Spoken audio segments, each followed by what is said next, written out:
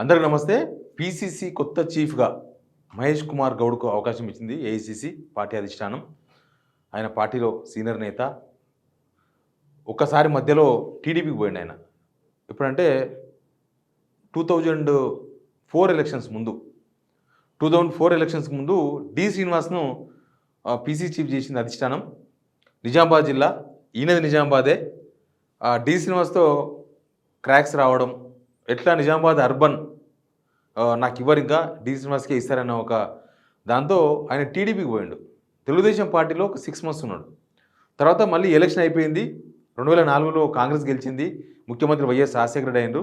అయిన తర్వాత మళ్ళీ వైఎస్ పిలిస్తే మళ్ళీ ఆయన కాంగ్రెస్కి వచ్చిండు. ఒక 6 months ఎలక్షన్ మొత్తం అక్కడనే ఉన్నాడు, టీడీపీలో ఉన్నాడు ఆయన. సరే, మిగతా మొత్తం కాంగ్రెస్. అంతకుముందు ఎన్ఎస్యూఐ ఇదంతా మధ్యలో టీడీపీ మీద, మిగతా అంతా కాంగ్రెస్ ఉన్నది. అయితే ఇక్కడ ఏం చెప్పదలుచుకున్నాను నేనంటే, కాంగ్రెస్లో ఎప్పుడు ఏదో గొడవ ఉంటుంది. అది ఇప్పుడు బయటికి కనిపిస్తలేదు, వచ్చినాడు వస్తుంది. కానీ ఇప్పుడు మహేష్ కుమార్ గౌడ్ ఎవరు మనిషి అనేది నడుస్తుంది. మహేష్ కుమార్ గౌడ్కి ఎంగనే చాలామంది రేవంత్ రెడ్డి ఇప్పించిండ్రు, రేవంత్ రెడ్డి బాగా నడిచిందని కొంతమంది బయటికి అనుకున్నారు. నేను కూడా ఫస్ట్ అట్లే అనుకున్నా. కానీ తర్వాత కొంత అటు ఇటు మాట్లాడితే విషయం అర్థమైంది. రేవంత్ రెడ్డి ఇచ్చిన లిస్టులో సెలెక్ట్ కాలేదు మహేష్ కుమార్ గౌడ్. పర్టికులర్గా ఉత్తమ్ కుమార్ రెడ్డి మనిషి. ఉత్తమ్ కుమార్ రెడ్డి రికమెండేషన్తో ఉత్తమ్ కుమార్ రెడ్డి మహేష్ కుమార్ గౌడ్ను పీసీసీ చీఫ్ నియామకానికి ప్రధానమైన కారణం. ఢిల్లీలో ఆయన చేసిన లాబింగ్, అదంతా ప్రధానమైన కారణం. ఉత్తమ్ కుమార్ రెడ్డి ఎందుకు ఇప్పించిండు, లేదా ఉత్తమ్ కుమార్ రెడ్డి మహేష్ కుమార్ గౌడ్ని ఎందుకు తీసుకున్నాడు? మరి వేరే వాళ్ళు లేరా? లేకపోతే రేవంత్ రెడ్డి చెప్పిన మనుషులు ఏమైనారంటే, రేవంత్ రెడ్డి ఇచ్చిన లిస్ట్ ఇది. రేవంత్ రెడ్డి పీసీసీ చీఫ్ కోసం ఇచ్చిన లిస్ట్ ఇది. సురేష్ షెట్కార్ ఆయన ఎంపీ కూడా, జైరాబాద్ ఎంపీగా గెలిచిన మొన్న. తర్వాత అంజన్ కుమార్ యాదవ్, హైదరాబాద్ మాజీ ఎంపీ, సికింద్రాబాద్ అయినా. తర్వాత వి హనుమంతరావు, మాజీ పీసీసీ చీఫ్, బీసీ సామాజిక వర్గం, మున్నూరు కాపు అని చెప్పి క్యాస్ట్ ఈక్వేషన్స్ తీసుకొచ్చారు. తర్వాత మదియాస్కి గౌడ్ డ్యూయల్ రోల్. అటు వీళ్ళతో ఉన్నట్టున్నాడు, అటు వాళ్ళతో నడిపించిండు, వాళ్ళతో ఉన్నట్టున్నాడు, వీళ్ళతో నడిపించిండు.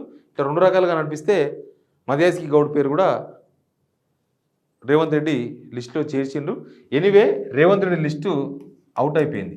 ఈ లిస్టులో నుంచి సెలెక్ట్ చేసుకోలేదు. ఇక్కడ మహేష్ కుమార్ గౌడ్, ఉత్తమ్ కుమార్ రెడ్డి అంటే ఉత్తమ్ కుమార్ ఒక్కరు కాదు, ఉత్తమ్ కుమార్ రెడ్డి, బట్టి విక్రమార్క, శ్రీధర్ బాబు, ఇంకా పార్టీలో ఉన్న కొంతమంది సీనియర్లు, వాళ్ళందరూ కలిసి ఈయనను డిసైడ్ చేస్తున్నారు. కొన్ని రోజులకి వెళ్ళి హైకమాండ్కు రేవంత్ రెడ్డికి ఏదో చెడింది అంటే నేను చెప్పిన, ఆల్రెడీ కొందరు సీనియర్ నేతలు చెప్పిన ముచ్చట చెప్పిన. రాహుల్ గాంధీని ఎల్ఓపీ చేసిన అనే దగ్గర నుంచి ఈ వ్యవహారం అంతా స్టార్ట్ అయింది.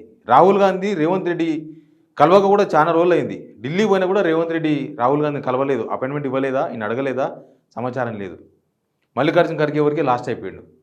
Something is going on. ఏదో ఆ లోక్సభ ఎలక్షన్స్లో ఓడిపోయిన తర్వాత, ఈయన తెచ్చుకున్న టికెట్లన్నీ కూడా ఓడిపోయిన తర్వాత కూడా హైకమాండ్కి ఈయన మీద ఒక రకమైన అభిప్రాయం ఏర్పడిందని పార్టీ సీనియర్ నేతలు చెప్తున్నారు. అంతకుముందు సీనియర్లందరినీ పక్కన పెట్టిన అధిష్టానం ఇప్పుడు సీనియర్లను పిలుచుకొని మాట్లాడుతున్నారు.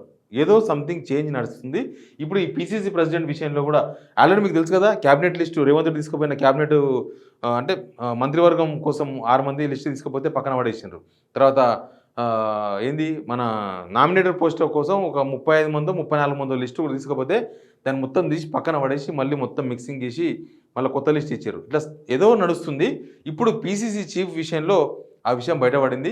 రేవంత్ రెడ్డి లిస్టు, ఈ లిస్ట్ అంతా కూడా పక్కన పెట్టేసి ఇక్కడ వీళ్ళు ఇచ్చిన లిస్టు మాత్రం ఫైనల్ చేసిండ్రు.